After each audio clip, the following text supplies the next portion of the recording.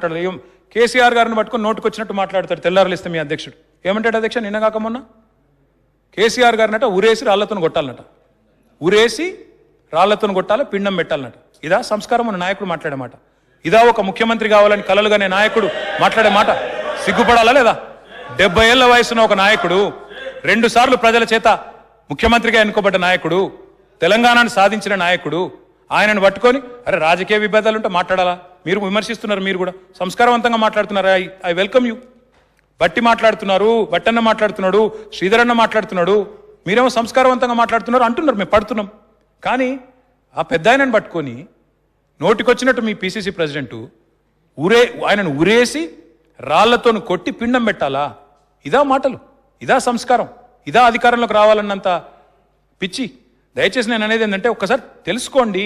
ఆయన మీద అందుకే 1000 కోట్ల ముఖ్యమంత్రిని అంటే పడుతున్నాం, కర్మ ఏం చేయాలి? ప్రజాస్వామ్యం, వాక్ స్వాతంత్ర్యం. కానీ ఆ సంస్థ ఊకోలే. ఇటనే పిచ్చి మాటలు మాట్లాడితే 1000 కోట్ల పరువు నష్టం దావా వేసింది. మీ అధ్యక్షుడు ఆల్రెడీ ఎదుర్కొంటున్నాడు 1000 కోట్ల పరువు నష్టం దావా. పరువు కాపాడుకోమనండి ముందు. ఎందుకు చెప్తున్నా? అది కూడా మేము కూడా వేసినాం. మా special chief secretary Arvind Kumar మీద మాట్లాడతాడు, సోమేష్ కుమార్ మీద మాట్లాడతాడు, అంజనీ కుమార్ సిన్హా మీద మాట్లాడతాడు, తెలంగాణని బీహార్ వాళ్ళు నడుపుతున్నారు అంటాడు, ఆల్ ఇండియా సర్వీస్ అధికారులను కించపరుస్తాడు.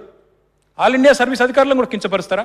వాళ్ళు కష్టపడి యూపీఎస్సీల ప్రవేశ పరీక్ష రాసి ఏ రాష్ట్రం అలవాటు చేస్తే అడిగిపోతారు. వాళ్ళదేముంటుంది? వాళ్ళు వచ్చి ఇక్కడ సర్వీస్ చేస్తున్నారు, వాళ్ళ రాష్ట్రం ఇడిచిపెట్టుకొని వచ్చి ఇక్కడ పని చేస్తున్నారు. వాళ్ళని పట్టుకొని బీహార్ నడుస్తుంది, వీళ్ళని నిలగొడతాం, వీళ్ళు అంతు చూస్తాం, జైల్లో పెడతాం, ఇదేం దిక్కుమాలిన మాటలు? అందుకే మా హెచ్ఎండిఏ కూడా నేనే చెప్పిన మనం ఏ తప్పు చేయలేదు. పనికి మాలిన వెకిలి లేకి మాటలు ఎవరు మాట్లాడినా పడాల్సిన కర్మ మాకు లేదు. అందుకే చెప్పిన నేను వెంటనే పరువు నష్టం దావా వేయండి అని చెప్పినాం. మీ అధ్యక్షుడి అంతు చూస్తాం, పరువు నష్టం దావా వేస్తాం, బరాబర్ అంతు చూస్తాం. ఇష్టం వచ్చినట్టు మాట్లాడతాం, నోటికొచ్చినట్టు మాట్లాడుతాం అంటే పడ్డానికి ఎవడు సిద్ధంగా లేడు. నీకు ఆ విషయం కూడా చెప్పాలి. ఐఆర్బీ దివాలా తీసిన సంస్థ అని మీరు అన్నారు. అదే ఐఆర్బీ మీ కాంగ్రెస్ పాలిత రాష్ట్రమైన ఉదయపూర్ టు షిమ్లా, అక్కడ కూడా ఇదే పద్ధతుల్లో అక్కడ కూడా టీఓటీ తీసుకున్నారు.